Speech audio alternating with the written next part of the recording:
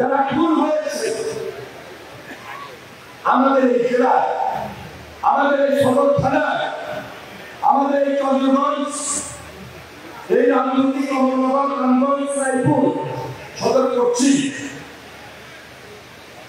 হাজার হাজার নেতা কর্মী তাদের ত্যাগ স্বীকারের মধ্য দিয়ে তাদের রক্তের প্রতিশোধ আমরা এখনো নিতে পারি না। এখনো নির্বাচন হয় নাই। তবে আপনার বক্তব্য রয়েছে যে ডকুমেন্টারিতে ভারপ্রাপ্ত চেয়ারম্যান একটা কথা বলেছেন, এই ৩১ দফা বাস্তবায়ন হলে ওই রক্তের প্রতিশোধ আমরা নিতে পারবো ইনশাআল্লাহ। তাহলে আজকে ভারপ্রাপ্ত চেয়ারম্যান যারা তারেক রহমান বিদেশে আসছে, এই ৩১ দফা বাস্তবায়ন করার মধ্য দিয়ে আমরা একটা জাতীয় ঐক্যমত্যের সরকার নিয়ে আসতে পারি,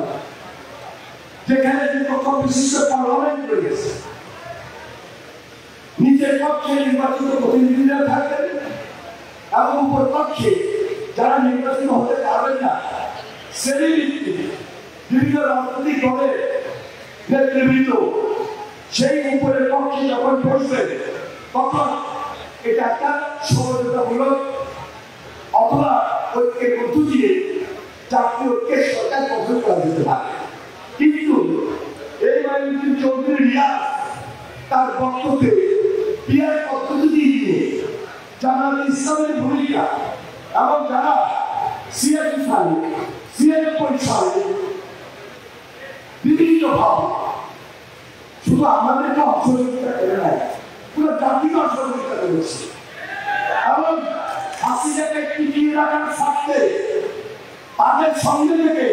জাতীয় বেইমান হিসাবে আত্মস্বীকৃত